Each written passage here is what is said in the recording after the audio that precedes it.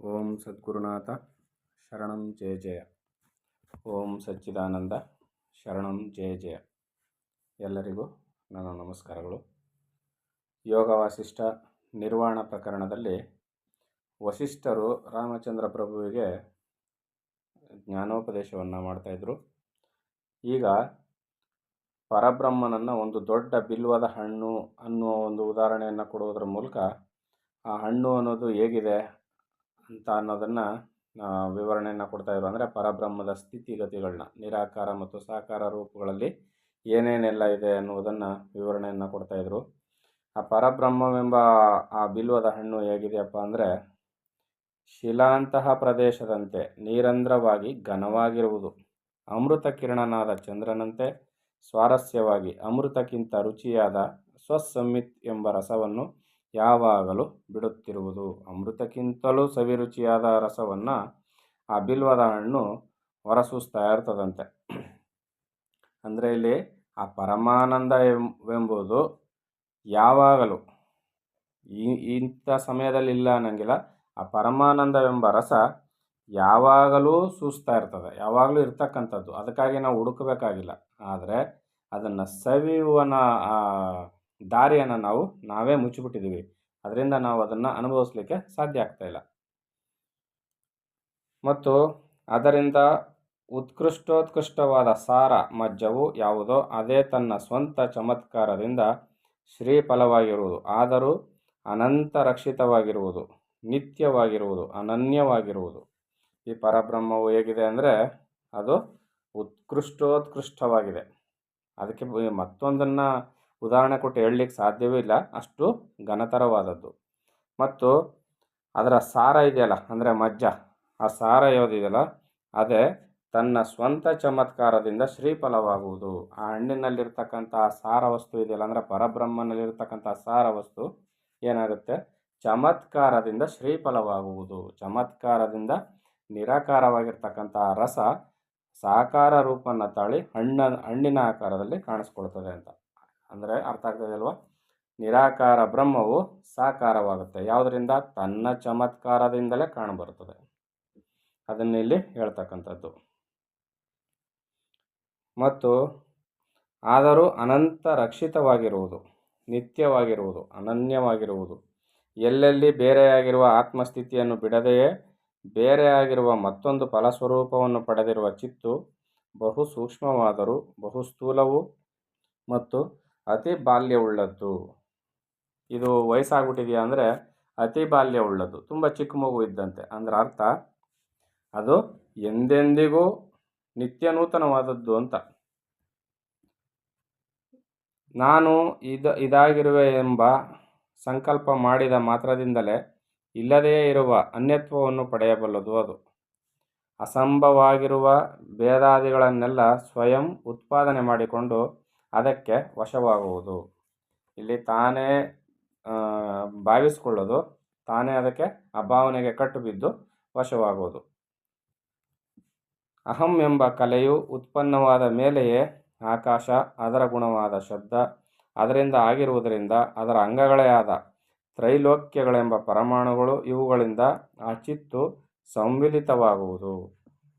ಇಲ್ಲಿ ಅಹಂ ಎಂಬುದು ತಲೆ ಎತ್ತಿದಾಗ ಏನಾಗುತ್ತೆ, ಆಕಾಶದ ಉತ್ಪತ್ತಿ, ಅದರ ಗುಣಗಳು ಮತ್ತು ಅದಕ್ಕೆ ಸಂಬಂಧಪಟ್ಟ ಮೂರು ಲೋಕಗಳು, ಆ ಪರಮಾಣುಗಳೆಂಬ ಇವುಗಳಿಂದ ಮೂರು ಲೋಕಗಳೆಂಬ ಪರಮಾಣುಗಳು ಇವೆಲ್ಲ ಉತ್ಪತ್ತಿಯಾಗುತ್ತೆ. ಈ ಅನುಕ್ರಮದಿಂದ ಸಂವಿತ್ ಸ್ವರೂಪವಾದ ಬ್ರಹ್ಮವು ಶಕ್ತಿ ಎಂದರೆ ವ್ಯವಹಾರ ಯೋಗ್ಯ ಸ್ವರೂಪವನ್ನು ಹೊಂದುವುದು. ಸಾರಭೂತವಾದ ಮಜ್ಜೆಯು ಮೊದಲಿನ ಸನ್ನಿವೇಶವನ್ನು ಬಿಟ್ಟಂತೆ ಆಗಿ ಬಿಡುವುದು, ಬಿಟ್ಟಂತೆ ತೋರುವುದು. ಈ ಸಾರಭೂತವಾದ ಈ ಪರಬ್ರಹ್ಮ ಏನಾಗುತ್ತೆ, ಮೊದಲು ತಾನಿತ್ತಲ್ಲ ಆ ರೂಪವನ್ನು ಬಿಟ್ಟಂತೆ ತೋರ್ತದೆ ಅಷ್ಟೇ, ಆದರೆ ಅದು ತನ್ನ ಸ್ಥಿತಿಯನ್ನು ಎಂದೂ ಬಿಟ್ಟಿರೋದಿಲ್ಲ. ಅನಂತರ ಸಂವಿತ್ತು ಚಂಚಲ ಸ್ವಭಾವದ ಆ ಶಕ್ತಿಯಿಂದ ತನ್ನ ಸ್ವಕೀಯವಾದ ಬ್ರಹ್ಮಸ್ವರೂಪದಲ್ಲಿಯೇ ಹೀಗೆ ದೃಕ್ಕಾಗಿ ಪ್ರಸಾರಿತವಾಗುವುದು.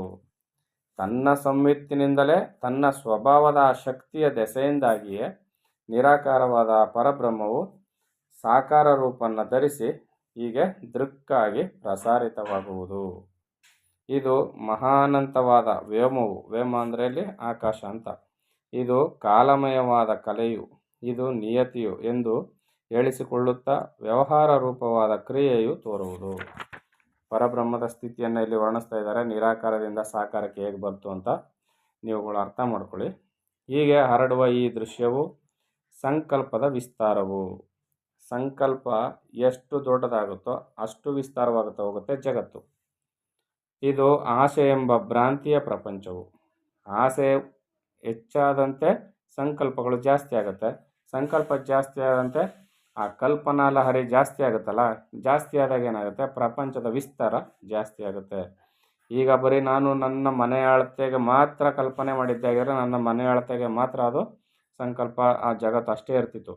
ನನ್ನ ಮನೆಯನ್ನು ದಾಟಿ ನಾನು ಆಲೋಚನೆಯನ್ನು ಸಂಕಲ್ಪವನ್ನು ಮಾಡಲಿಕ್ಕೆ ಶುರು ಮಾಡಿದಾಗ ಏನಾಗುತ್ತೆ, ಪ್ರಪಂಚ ದೊಡ್ಡದಾಗುತ್ತೆ. ಅದೇ ರೀತಿ ಕೂಡ ಈ ಜಗತ್ತು ರಾಗ ದ್ವೇಷಾದಿಗಳಿಂದ ಇದರ ಸ್ಥಿತಿಯು, ಇದು ಹೇಯ, ಇದು ಉಪಾದೇಯ ಎಂಬ ಬುದ್ಧಿಯು, ಹೀಗೆ ತತ್ವ ಮತ್ತ ತತ್ತ ಎಂಬ ವ್ಯವಸ್ಥೆಯು ಏರ್ಪಡುವುದು. ಬ್ರಹ್ಮಾಂಡ ಸಮೂಹಗಳು ಏರ್ಪಡುವುದು. ಇದು ಮೇಲೆ ಇರುವುದು ಎಂಬುದು, ಮೇಲೆ ಕೆಳಗೆ ಎಂಬ ವ್ಯವಸ್ಥೆಯು ತಾನಾಗಿ ಏರ್ಪಡುವುದು. ಈ ಪಟ್ಟಣವು ಪಾರ್ಶ್ವದಲ್ಲಿರುವುದು, ಇದು ಹಿಂದಿರುವುದು, ಇನ್ನೊಂದು ದೂರದಲ್ಲಿ, ಮತ್ತೊಂದು ಹತ್ತಿರದಲ್ಲಿರುವುದು. ಇದು ಭೂತ ಅಂದರೆ ಕಳೆದು ಹೋದುದು, ಇದು ವರ್ತಮಾನ, ಇದು ಭವಿಷ್ಯತ್ತು ಎಂಬ ದೇಶ ಕಾಲ ಬುದ್ಧಿಯು ಹುಟ್ಟಿಕೊಳ್ಳುವುದು. ನಿರಾಕಾರವಾಗಿದ್ದ ಪರಬ್ರಹ್ಮವೆಂಬ ಬಿಲ್ವದ ಹಣ್ಣು ಯಾವ್ಯಾವ ರೀತಿಯಲ್ಲಿ ಆ ಮಜ್ಜಾಸ್ವರೂಪ ಸಾಕಾರವನ್ನು ತಾಳಿದಾಗ ಏನೆಲ್ಲ ಆಯಿತು ಅನ್ನೋದನ್ನು, ಅಂದರೆ ಪರಬ್ರಹ್ಮ ವಸ್ತುವು ಅದಕ್ಕೊಂದು ಬಿಲ್ವದ ಹಣ್ಣು ಅಂತ ಸುಮ್ಮನೆ ಹೆಸರಿಟ್ಟರಷ್ಟೇ. ಆ ಪರಬ್ರಹ್ಮವು ನಿರಾಕಾರವಾಗಿದ್ದು ಸಾಕಾರವನ್ನು ತಾಳಿದಾಗ ಏನೆಲ್ಲ ಉತ್ಪತ್ತಿ ಆಯಿತು, ಹೇಗೆಲ್ಲ ಆಯಿತು ಅಂತ ವಸಿಷ್ಠರು ಮತ್ತೊಮ್ಮೆ ಮಗದೊಮ್ಮೆ ಅದನ್ನು ಜ್ಞಾಪಕಪಡಿಸ್ತಾನೆ ಇರ್ತಾರೆ. ಅನಂತ ಸಂಕಲ್ಪಗಳೆಂಬ ತತ್ವವನ್ನು ಹಿಡಿದು ಪಲ್ಲವಿಸಿ ಬೆಳೆದ ಲೋಕಗಳೆಂಬ ಕಮಲದ ಮಣಿಗಳುಳ್ಳ ಈ ಅಕ್ಷರ ಮಾಲಿಕೆಯು ಇದೆ. ಮಹಾವಿಷ್ಣುವಿನ ನಾಭಿ ಕಮಲವೆಂದು ಇದೆ, ಇದನ್ನು ಕರೀತಾರೆ. ಇದು ಮಹಾರುದ್ರಗಣಗಳಿಂದ ಕಿಕ್ಕಿರಿದಿರುವ ಒಂದು ರಂಧ್ರವು. ನೋಡಿ, ಮಹಾರುದ್ರಗಣಗಳಿಂದ ಕಿಕ್ಕಿರಿದಿರುವ ಒಂದು ರಂಧ್ರವು. ಆ ಒಂದು ರಂಧ್ರದಲ್ಲಿ ಏನೆಲ್ಲ ಇದೆಯಪ್ಪ ಅಂದರೆ, ಮಹಾರುದ್ರಗಣಗಳೇ ಕಿಕ್ಕಿರಿದು ನಿಂತಿದ್ದಾರಂತೆ. ರುದ್ರಗಣಗಳು ಅಂದರೆ ಒಬ್ಬ ರುದ್ರನಲ್ಲ, ರುದ್ರರ ಗಣ, ದೊಡ್ಡದೊಂದು ಗುಂಪು ಕಿಕ್ಕಿರಿದು ನಿಂತಿದ್ದಾರಂತೆ. ಎಲ್ಲಿ? ಆ ಒಂದು ಸಣ್ಣ ರಂಧ್ರದಲ್ಲಿ, ಆ ಪರಬ್ರಹ್ಮನೆಂಬ ಒಂದು ಸಣ್ಣ ರಂಧ್ರದಲ್ಲಿ. ಇದೇ ಅಪಾರವಾದ ಆಕಾಶಮಂಡಲವು, ಅಂದರೆ ವಿಷಯ ಭೋಗಗಳಿಂದ ಧ್ವಂಸವಾಗಿ ಕೆಳಕ್ಕೆ ಬೀಳುತ್ತಿರುವ ಆಕಾಶದಿಂದ ಬೆಳಗುತ್ತಿರುವುದು. ಮಹಾರುದ್ರಗಣಗಳೇ ಒಂದು ರಂಧ್ರದಲ್ಲಿದ್ದಾರೆ ಅಂದರೆ ಇನ್ನು ಪರಬ್ರಹ್ಮನ ಇದರಲ್ಲಿ ಏನೆಲ್ಲ ಇರ್ಬೋದು, ವಿಸ್ತಾರವನ್ನು ನಾವು ಊಹೆ ಮಾಡ್ಕೊಳ್ಳೋದು ಕಷ್ಟ. ಬ್ರಹ್ಮಾಂಡವೆಂಬ ಕಮಲದ ಕರ್ಣಿಕೆಯಾಗಿ ಇರುವ ಮಹಾಮೇರವು ಈ ದಿಕ್ಕಿನಲ್ಲಿ ಇರುವುದು. ಇದರಲ್ಲಿ ಚಂದ್ರನ ಅಮೃತವನ್ನು ಕುಡಿದು ಉಲ್ಲಾಸ ಲಂಪಟರಾಗಿ ಅಮರರೆಂಬ ದುಂಬಿಗಳು ಇರುವರು. ಇಲ್ಲಿ ಯಾರ್ಯಾರಿದ್ದಾರೆ? ಈಗ ತ್ರಿಮೂರ್ತಿಗಳಾಯಿತು, ಅಮರರು ಅಂದರೆ ಇಂದ್ರಾದಿ ದೇವತೆಗಳು ಆಯಿತು. ಇದು ಉದ್ದಾಮ ಸುಗಂಧ ಸುಂದರವಾದ ಸೃಷ್ಟಿ ಎಂಬ ಸುಂದರ ಪುಷ್ಪಮಂಜರಿಯು, ರಜಸ್ಸೆಂಬ ನರಕವೇ ಬುಡವಾಗಿ ಉಳ್ಳ ಬ್ರಹ್ಮಾಂಡವೆಂಬ ಪುರಾತನ ವೃಕ್ಷದಲ್ಲಿ ಹುಟ್ಟಿದುದು ಇದು. ಈ ಜಗಜ್ಜಠರ ವೃಕ್ಷವು ಅಂದರೆ ಜಗತ್ತೆಂಬ ಜಠರ ಅಂದರೆ ತಿಂದದ್ದೆಲ್ಲವನ್ನು ಜೀರ್ಣಿಸಿಕೊಳ್ತಕ್ಕಂಥ ನಮ್ಮ ಹೊಟ್ಟೆಯಲ್ಲಿದೆಯಲ್ಲ ಆಹಾರದ ಚೀಲ, ಆ ಥರ ಇದು ಜಗಜ್ಜಠರವೆಂಬ ವೃಕ್ಷವು ಬ್ರಹ್ಮವೆಂಬ ಮಹಾನದಿಯ ತಟದಲ್ಲಿರುವುದು. ತಾರೆಗಳೆಂಬ ಕಿಂಜಲ್ಕ ಅಂದರೆ ಕೇಸರಗಳುಳ್ಳದ್ದು ಎಲ್ಲೆಲ್ಲೂ ಎಲ್ಲ ದಿಕ್ಕುಗಳಲ್ಲೂ ಅಪಾರವಾಗಿ ಹರಡಿರುವುದು. ಆಕಾಶವೆಂಬ ಲೀಲಾ ಸರೋವರವಾಗಿರುವುದು. ಈ ಸರೋವರದಲ್ಲಿ ಕ್ರಿಯಾಕಲಾಪಗಳು ಎಂಬ ಮೊಸಳೆಗಳು ಉಂಟು. ಕ್ರಿಯಾಕಲಾಪಗಳು ಅನ್ನೋದನ್ನು ಮೊಸಳೆಗಳಿಗೆ ಹೋಲಿಸಿದ್ದಾರೆ. ಯಾಕೆ? ಕ್ರಿಯಾಕಲಾಪಗಳೆನ್ನುವುದು ಯಾವತ್ತಿದ್ರೂ ಅಪಾಯಕಾರಿ. ಅದಕ್ಕೆ ತರಂಗಗಳಂತೆ ಚಂಚಲವಾದ ಮಾಸ, ಋತು ಮೊದಲಾದ ಕಾಲಮಾನಗಳು ಉಂಟು. ತರಂಗಗಳಂತೆ ಚಂಚಲವಾದ, ತರಂಗಗಳು ಏನು ಮಾಡ್ತವೆ? ಜೋರಾಗಿಯೂ ಬರ್ತವೆ, ಚಿಕ್ಕದಾಗಿಯೂ ಬರ್ತವೆ, ಒಂದ್ಸರಿ ಇಲ್ಲವಾಗ್ತವೆ. ಈ ತರಂಗಗಳಂತೆ ಚಂಚಲವಾದವು ಯಾವುವು? ಮಾಸ, ಋತು ಮೊದಲಾದ ಕಾಲಮಾನಗಳು ಉಂಟು. ಸೃಷ್ಟಿಗೆ ಬಂದು ಹೋಗುತ್ತಿರುವ ಅನೇಕ ಪ್ರಾಣಿ ಸಮೂಹಗಳು ಉಂಟು. ಈ ಸೃಷ್ಟಿಗೆ ಬಂದು ಹೋಗುತ್ತಿರುವ ಅನೇಕ ಪ್ರಾಣಿ ಸಮೂಹಗಳು ಎಷ್ಟು ಬರ್ತಾವೋ ಎಷ್ಟು ಹೋಗ್ತಾವೋ ಅಂತೂ ಅವು ಚಕ್ರದ ರೀತಿಯಲ್ಲಿ ಸುತ್ತಾ ಇರ್ತವೆ, ಬರ್ತಾ ಇರ್ತವೆ, ಹೋಗ್ತಾ ಇರ್ತವೆ. ಅಂದರೆ ಈ ಸೃಷ್ಟಿಗೆ ಬಂದು ಹೋಗುತ್ತಿರುವ ಅನೇಕ ಪ್ರಾಣಿ ಸಮೂಹಗಳು ಉಂಟು ಅಂದರೆ ಅವು ಬಂದು ಹೋಗ್ತಾ ಇರ್ತವೆ. ಅಂದರೆ ಹುಟ್ಟು ಸಾವಿನಲ್ಲಿ ಸಿಕ್ಕಿ ಅವು ಎಲ್ಲ ಹೋಗ್ತಾ ಇರ್ತಾವಲ್ಲ, ಇದನ್ನು ಗಣನೆಗೆ ತೆಗೆದುಕೊಳ್ಳೋದಕ್ಕೆ ಇಲ್ಲ ಈ ಮಾತಿನ ಪ್ರಕಾರ. ಸೃಷ್ಟಿಗೆ ಬಂದು ಹೋಗುತ್ತಿರುವ ಅನೇಕ ಪ್ರಾಣಿ ಸಮೂಹಗಳುಂಟು, ಬಂದು ಹೋಗುತ್ತಿರುವ ಪ್ರಾಣಿ ಸಮೂಹಗಳು ಉಂಟು. ಅಂದರೆ ಈ ಹುಟ್ಟು ಸಾವು ಅಂತಕ್ಕಂಥದ್ದು ಈ ಪರಬ್ರಹ್ಮದ ಸ್ಥಿತಿಯನ್ನು ವರ್ಣನೆ ಮಾಡಬೇಕಾದ್ರೆ ಆ ಹುಟ್ಟು ಸಾವು ಅಂತಕ್ಕಂಥದ್ದು ಕೇವಲ ಒಂದು ಸಣ್ಣ ಪಾರ್ಟ್ ಅಷ್ಟೇ. ಇಲ್ಲಿ ನಾವು ಹುಟ್ಟು ಬಂದರೆ ಹಿಗ್ತೀವಿ, ಸಾವು ಬಂದರೆ ಕುಗ್ಗಿ ಬಾಯಿ ಪಡ್ಕೊಳ್ತೀವಿ. ಆದರೆ ಇಲ್ಲಿ ಈ ಸೃಷ್ಟಿಯ ವರ್ಣನೆಯನ್ನು ಮಾಡಬೇಕಾದ್ರೆ ಹುಟ್ಟು ಸಾವು ಅಂತಕ್ಕಂಥದ್ದು ಇಲ್ಲಿ ಆ ದೊಡ್ಡ ವಿಚಾರವೇ ಅಲ್ಲ, ಅದು ಗಣ್ಯವಾದ ವಿಚಾರವೇ ಅಲ್ಲ ಅದು. ಯಾಕೆ? ಪ್ರಾಣಿ ಸಮೂಹಗಳು ಬರ್ತವೆ ಹೋಗ್ತವೆ ತರಂಗಗಳಂತೆ. ಇದ್ರ ಬಗ್ಗೆ ತಲೆ ಕೆಡಿಸ್ಕೊಳ್ಳುವಂಥ ಪ್ರಾಮುಖ್ಯತೆಯೇ ಕೊಟ್ಟಿಲ್ಲ ಇಲ್ಲಿ. ಕ್ಷಣಕಾಲದಿಂದ ಹಿಡಿದು ಪ್ರಳಯ ಕಾಲದವರೆಗೆ ಎಂಬ ನಾನಾ ಪಲ್ಲವಗಳನ್ನು ಉಳ್ಳದ್ದಾಗಿರುವುದರಿಂದ ಇಯತ್ತ ಅಂದರೆ ಆಯಸ್ಸು ಇಷ್ಟೆಂಬ ನಿಗದಿ ರೂಪವಾಗಿ ಹರಡುತ್ತಿರುವುದು. ಇದರಲ್ಲಿ ತೇಜವೆಂಬ ಕೇಸರಗಳುಳ್ಳ ಕಮಲಗಳು, ಕಾಲವೆಂಬ ಕೆನ್ನೈದಿಲೆಗಳು, ವ್ಯೋಮವೆಂಬ ತಾವರೆಗಳು ಉಂಟು. ಎಲ್ಲಿ? ಈ ಜಗತ್ ಸೃಷ್ಟಿಯಲ್ಲಿ ಇಷ್ಟೆಲ್ಲವೂ ಇದೆ ಅಂತ ಪರಬ್ರಹ್ಮನು ಸಾಕಾರ ರೂಪನ್ನು ತಾಳಿದಾಗ, ಜಗತ್ತಾಗಿ ಬದಲಾದಾಗ ಜಗತ್ತಿನಲ್ಲಿ ಏನೇನಿದೆ ಅನ್ನೋದನ್ನು ಇಷ್ಟೆಲ್ಲ ವಿವರಣೆಯನ್ನು ಕೊಡ್ತಾ ಇದ್ದಾರೆ. ಇಲ್ಲಿ ಯಾವುದೋ ಸರೋವರವೋ ಯಾವುದೋ ಬೆಟ್ಟ ಗುಡ್ಡಗಳೋ ಅದನ್ನು ವರ್ಣಿಸ್ತಾ ಇಲ್ಲ. ಇಲ್ಲಿ ವರ್ಣನೆ ಕೊಡ್ತಾ ಇರುವ ರೀತಿಯನ್ನು ಸರಿಯಾಗಿ ಗಮನಿಸಬೇಕು. ಇದಿಷ್ಟು ಆ ಬಿಲ್ವ ಫಲದ ಮಜ್ಜಾ ಚಮತ್ಕಾರವು. ಆ ಬಿಲ್ವ ಫಲದ ಮಜ್ಜಾ ಚಮತ್ಕಾರವು ಅಂದರೆ ಒಂದು ಹಣ್ಣು, ಅದರಲ್ಲಿ ಬೀಜ ಇರ್ತದೆ, ಆ ರಸವನ್ನು ಒಳಗೊಂಡಂಥ ಒಂದು ತೆಳುವಾದ ಅಂದರೆ ಮೃದುವಾದ ಒಂದು ಬೆಣ್ಣೆಯ ರೀತಿಯಲ್ಲಿ ಒಂದು ಮೃದು ಅಂಶ ಇರ್ತದಲ್ಲ ಹಣ್ಣಿನೊಳಗೆ, ಅದನ್ನು ಮಜ್ಜ ಅಂತ ಕರೀತಾರೆ. ಅದು ಜಗತ್ತಾಗಿ ಕಾಣ್ತಾ ಇರೋದು. ಅದನ್ನೇ ಇಲ್ಲಿ ಹೇಳ್ತಾ ಇರೋದು. ಇದಿಷ್ಟು ಆ ಬಿಲ್ವ ಫಲದ ಮಜ್ಜಾ ಚಮತ್ಕಾರವು. ಸಂಕಲ್ಪವೆಂಬ ಒಂದರಲ್ಲಿಯೇ ಈ ಚಮತ್ಕಾರವೆಲ್ಲವೂ ಇರುವುದು. ಈ ಚಮತ್ಕಾರ ಯಾವುದರಲ್ಲಿದೆ ಅಂದರೆ ಆ ಬಿಲ್ವದ ಮಜ್ಜೆ ಯಾವುದರಲ್ಲಿದೆ? ಸಂಕಲ್ಪದಲ್ಲಿ. ಅಂದರೆ ಸಂಕಲ್ಪ ಮಾಡಿದ್ದರ ಫಲವಾಗಿ ಏನಾಯಿತು? ಆ ಬಿಲ್ವ ಫಲದ ಮಜ್ಜ ಸಾಕಾರ ರೂಪನ್ನು ತಾಳಿತು. ಇಲ್ಲ ಅಂದಿದ್ರೆ ಆ ನಿರಾಕಾರವಾದ ಬಿಲ್ವದ ಹಣ್ಣು ಅಂದರೆ ಪರಬ್ರಹ್ಮ ಆ ಆಕಾರವನ್ನು ತಾಳ್ತಾ ಇರಲಿಲ್ಲ. ಅಲ್ಲಿಗೆ ಮೂಲ ಯಾವುದು? ಸಂಕಲ್ಪವೇ. ಜಗತ್ತಿಗೆ ಮೂಲ ಕಾರಣ ಸಂಕಲ್ಪವೇ.